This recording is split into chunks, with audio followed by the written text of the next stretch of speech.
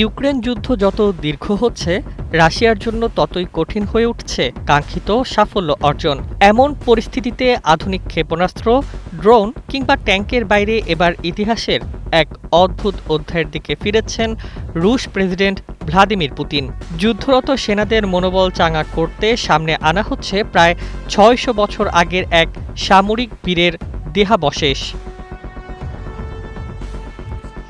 ঘটনার কেন্দ্রে রয়েছেন চতুর্দশ শতকের রুশ সামরিক নেতা গ্র্যান্ড প্রিন্স দিমিত্রি দনস্কয়। ১৩৮০ সালে কুলিকোভোর যুদ্ধে মঙ্গল বাহিনীকে পরাজিত করে রুশ ইতিহাসে কিংবদন্তি হয়ে ওঠেন তিনি। ১৩৮৯ সালে মাত্র ৩৯ বছর বয়সে তার মৃত্যু হয়। সম্প্রতি মস্কোর ঐতিহাসিক আর্কেঞ্জেল ক্যাথেড্রালে সংস্কার কাজের সময় তার দেহাবশেষ আবিষ্কারের দাবি করেছে রুশ অর্থোডক্স চার্চ।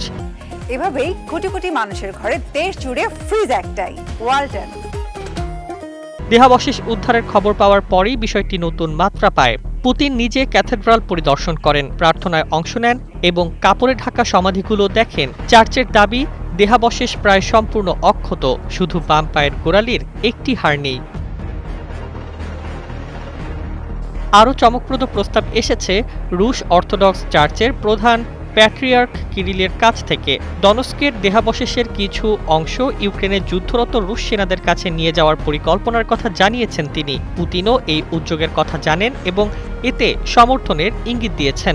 যুদ্ধের মধ্যেই এই আবিষ্কারকে তিনি বিস্ময়কর ও অলৌকিক হিসেবে বর্ণনা করেছেন। কেন এমন উদ্যোগ?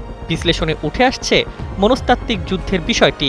মধ্যযুগীয় এক বিজয়ী সেনানায়কের স্মৃতিকে সামনে এনে রুশ সেনাদের মধ্যে ঐতিহাসিক গৌরব, ধর্মীয় বিশ্বাস ও জাতীয়তাবোধ উস্কে দেওয়ার চেষ্টা হতে পারে এটি। কারণ ইউক্রেন যুদ্ধ দীর্ঘায়িত হয়েছে, বিপুল সামরিক সরঞ্জাম ক্ষয় হয়েছে এবং রাশিয়াও নানা চাপের মুখে রয়েছে। এমন সময় আধুনিক যুদ্ধের ময়দানে ৬০০ বছরের পুরনো এক বীরের হাড়গোড় হয়ে উঠেছে মনোবল বাড়ানোর প্রতীক। অর্থাৎ এটি কোনো প্রচলিত সামরিক অস্ত্র নয়, বরং ইতিহাস, ধর্ম ও জাতীয় আবেগকে যুদ্ধের মনস্তাত্ত্বিক অস্ত্র হিসেবে ব্যবহারের এক ব্যতিক্রমী উদাহরণ। Desk report, Bangladesh bulletin. Террористические атаки на объекты промышленности, инфраструктуры. Разумеется, критических последствий от таких атак нет, не было и быть не может.